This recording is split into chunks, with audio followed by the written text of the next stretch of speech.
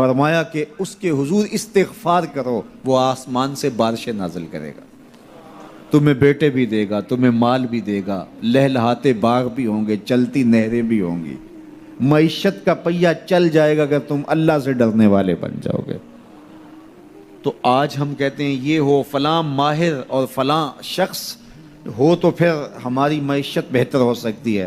اللہ نے کہا استغفار کرنا سیکھ لو، میں تمہارے لیے رحمتوں کے دروازے کھول دوں گا، رحمتوں کے در کشادہ کر دوں گا، پیچیدگیاں ختم ہو جائیں گی، مشکلیں آسان ہونے لگیں گی اگر تم اللہ سے ڈرنا سیکھ جو، اس کے حضور استغفار کرنا سیکھ جو۔ اور اگر تم ایسا نہیں کرو گے تو تمہارے اوپر نیچے سے عذاب نازل ہوگا۔ وَهُوَ الْقَادِرُ، وہ اس بات پہ قادر ہے، ان یبعث علیکم عذاباً، کہ وہ تمہارے اوپر عذاب نازل کرے، تمہارے اوپر سے، تمہارے نیچے سے۔ اللہ اکبر۔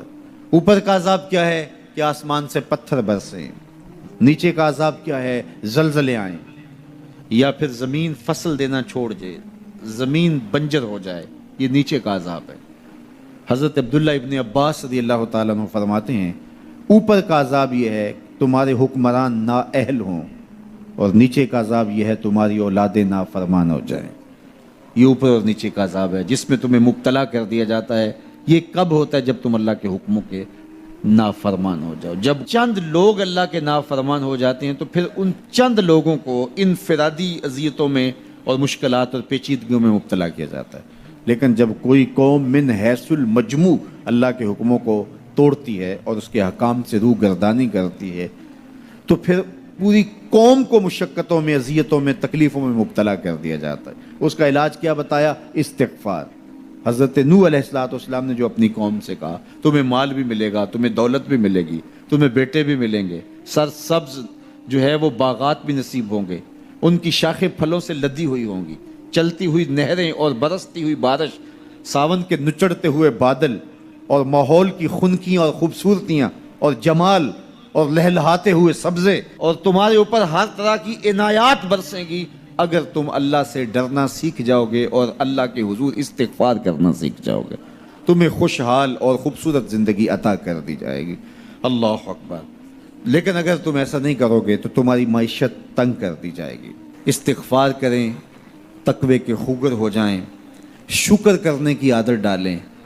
جو شکر کرتے ہیں اللہ تعالیٰ ان کو اور زیادہ عطا فرماتا ہے، دنیا میں بھی اور آخرت میں بھی۔ اس طرح دوسروں کی پریشانیاں دور کریں، اللہ آپ کی پریشانیاں دور کرے گا۔ بانٹنے کا مزاج پیدا کریں، آپ کے پاس جو بھی ہے بانٹ دیں، علم ہے تو بانٹیں، خوشیاں ہیں تو بانٹیں، آپ کے پاس دولت ہے تو لوگوں کے دکھ اس دولت سے دور کرنے کی کوشش کریں۔ جب آپ بانٹنا شروع کر دیں گے تو آپ کا رب آپ کو عطا کرنا شروع کر دے گا۔